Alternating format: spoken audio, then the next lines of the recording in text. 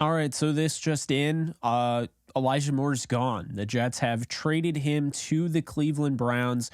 In exchange, they will also be sending a pick to move up in the draft. It is once again, I think, a Joe Douglas masterclass, if you will, considering the situation. You go from 74th to 42nd just to get rid of Elijah Moore. And, I think Elijah Moore has a lot of fans in the clubhouse, so to speak.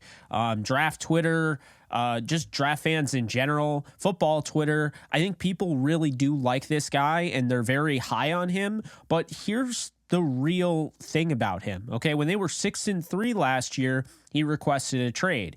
He cussed and made a huge deal, getting very unprofessional in the locker room towards his offensive coordinator. No love lost there. He wasn't very supportive in the offseason of trying to go out and get Aaron Rodgers. And honestly, I just don't really feel like he wanted to be on this team any longer. Well, with 2 seasons played and let's just say, he played all 16 games. He started 9 of them. He started 6 his rookie year. He missed 5 that year, or 6 games that year. When you look at him, he's just a guy that hasn't had 600 yards. He has 7 touchdowns over the last 2 years, and he has a catch percentage lower than 57% in each of those 2 seasons. I think this is a win for the Jets. I understand the Browns can be excited because he gets a clean slate. He gets to play with Amari Cooper, and if Deshaun Watson shows any bit of what he could be back to what he did with Houston, then yeah, it could absolutely work out. But as far as I'm concerned, we've seen receivers like this before. It's not hard to have 538 yards in this league and then have 446 the next year. We've seen this. You can say lack of targets and all of that all you want, but if this guy was doing what Garrett Wilson did his rookie year, then he wouldn't be considered overrated in my mind. And he wouldn't be getting traded. Let's be honest here. He'd be getting those targets. Those targets were going to guys who wanted to win. And those targets were going to guys like Garrett Wilson that were, winning offensive rookie of the year. So look, I know I sound like I hate Elijah Moore. I don't. I just feel like this has kind of been spun in a way where he's the victim. And I don't think that's the case. To me, you're a rookie. You're on your rookie deal. You have a promising rookie year with 538 yards in 11 games, 6 starts, great. That's something to build off of.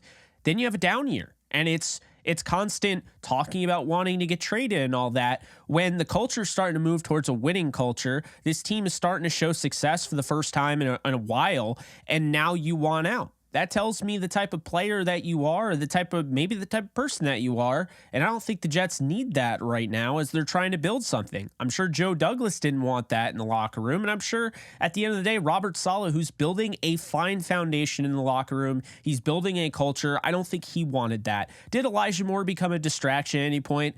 Maybe, maybe not. I don't know. But we could definitely make the assumption that he was somewhat of a distraction when he's, yelling and making a big deal towards the offensive coordinator at the time, which was Mike LaFleur. Look, I'll be honest with you. He can have success with the Browns, but I don't understand this hype as if he's already accomplished so much. He hasn't. The 6 touchdowns, that was great. But 5 in the first year, that was great. But this year, he had a down year, and you can blame everybody all you want, but at the end of the day, Garrett Wilson also played with the same quarterbacks. He played in the same situation, and he ended up being offensive rookie of the year. And most importantly, he stayed healthy. He stayed available, and he didn't complain because the team went from 6-3 to missing the playoffs and didn't win many games after that. As a matter of fact, they only won 1 game after that. But here, let's just be real here. Elijah Moore being off the Jets makes them a better football team. They go out now, Joe Douglas, okay, he admits defeat. We lost on this pick. All right, let's turn a, day 2 pick in the 3rd round into a 2nd round pick. This works. And I think it's a balanced trade because Cleveland gets a shot at a guy who, yeah, maybe he was a little bit of a distraction. Maybe it didn't work out with the Jets, but he's got talent. No doubt about it. Go back and watch the tape from Ole Miss. Go back and watch the tape his rookie year. He's definitely got talent. He could do something, but he's getting out of New Jersey. He's getting out of the Jets organization. He's going to Cleveland. We'll see what ends up happening. But I do like this move a lot for the Jets and puts them in position now. Whether they're going to trade this pick or not for Aaron Rodgers, I don't know. But I definitely like what they're doing here. I think this is another one of those Joe Douglas master classes, if you will. Now, does he deserve blame for the pick? I mean, you could argue, second rounder didn't pan out. That's a significant pick. But at the same time, I mean, who would have thought that the guy didn't want to be on this team? Sure looked like he wanted to be on this team his rookie year. Then his second year, things go haywire. And who's to say that Mike LaFleur doesn't deserve some blame for it? I don't know. We weren't there. But the way he handled that situation, Elijah Moore, could have been better. And it's unfortunate. I liked him. I wanted to see him succeed on the Jets. I liked the fit when they first got him. But I got to tell you, this stuff where it's free Elijah Moore's freed, Elijah Moore's going to ball out, we don't know that. He hasn't shown anything that. So that's what I have. Those are my thoughts. Just figured I would, comment on this. I'll comment more about Aaron Rodgers once it's an actual done deal, but I haven't made a video yet because nothing has happened yet.